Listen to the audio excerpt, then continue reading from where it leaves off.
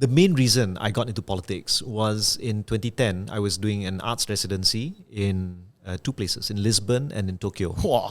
So arts residencies, they are like the, how do you say Like that? a few months there type of Yeah, thing. yeah, right? yeah, It's like a so, boot camp, right? So no, it's like a someone, inspire each other. an organization hosts you for a period of time where you don't have to, either you are not meant to produce anything, or you're just there to like soak in I see. and let the creative juices kind of, And then there are other artists there, and then they kind of feed off each other. Right. So Yeah.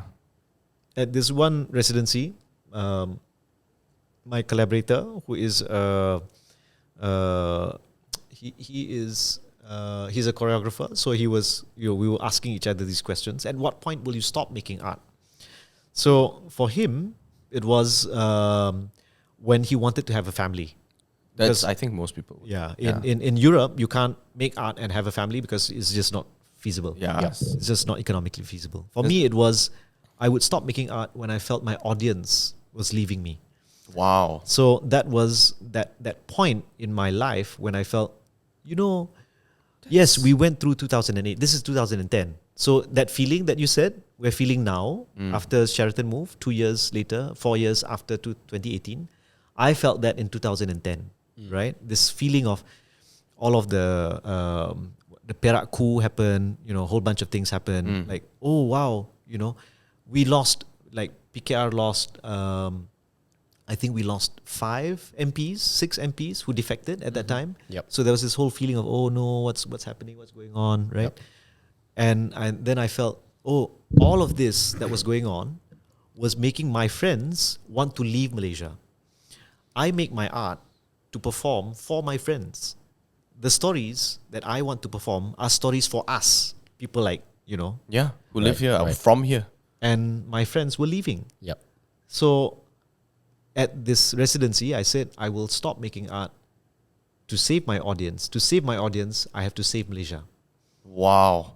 That is Wow. that is that's incredible. This is incredible, man. But now, how do we save Malaysia? Slowly lah. I mean, but like that's insane, man. Yeah. But have you your friends left the country? There- Some did. Some have for good. But I remember just like how many of us felt on this day 4 years ago, on the 9th of May, 2018. Many of them reached out to me and said, wow, what's going on? Like, wow, They felt like maybe we missed out the train. No. technically. No, I think No? then it kind of reopened their eyes That it is possible. that it was possible. And I feel that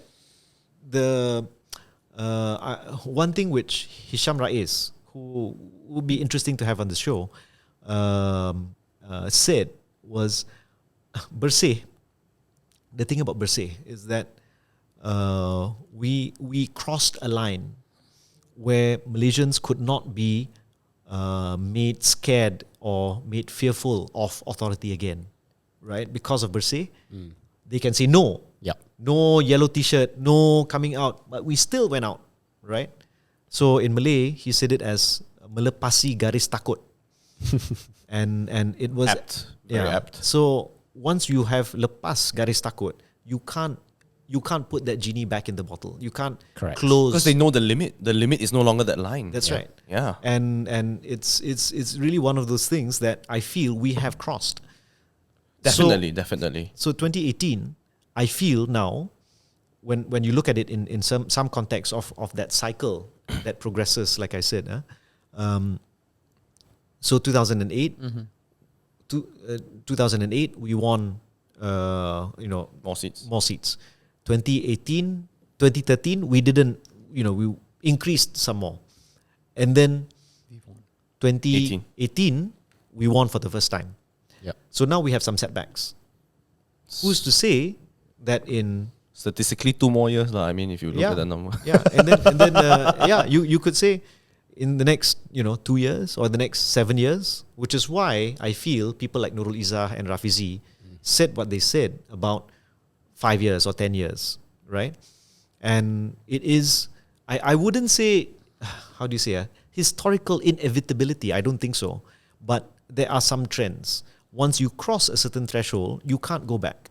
Once you have acclimatized to certain ideas about, oh, You can't retract those. yeah, It's you out can't there. you can't go back to Pop TV. Yeah. Now we've got to move on with Yamcha sessions. Correct. So likewise, you can't, when you talk to when I talk to civil servants, my parents, my mom's friends who are all ex PTD, ex pegawai tadbir dan diplomatic, senior civil servants, they've all seen how during Pakatan Harapan's time corruption was really low, and civil servants were adjusting to a new normal at that time. Cleaner government, Yep. less political interference, so to speak. And it's hard for them now to go back to how it was before. Because you can't abide by that whole authority that Yeah. you can't speak out and all that anymore. Because now you know what it's like. You know how it Yes. tastes. Yeah. Yep. Once you had that feeling of that sunshine, yeah, That's like, true. go back, like you long for it, and in quiet, how do you say, subversive ways, it you long for it so much that you make it happen. You make it return. Because. I'm a hopeless romantic when it comes to nation building. I still believe in Project Malaysia. I still believe that, this is, ours is a very special nation, right?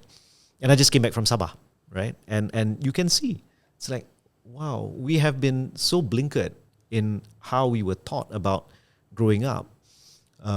Only when you discover other parts of Malaysia, whether it's Kelantan, or whether it's Sarawak, whether it's Sabah, or other areas, right?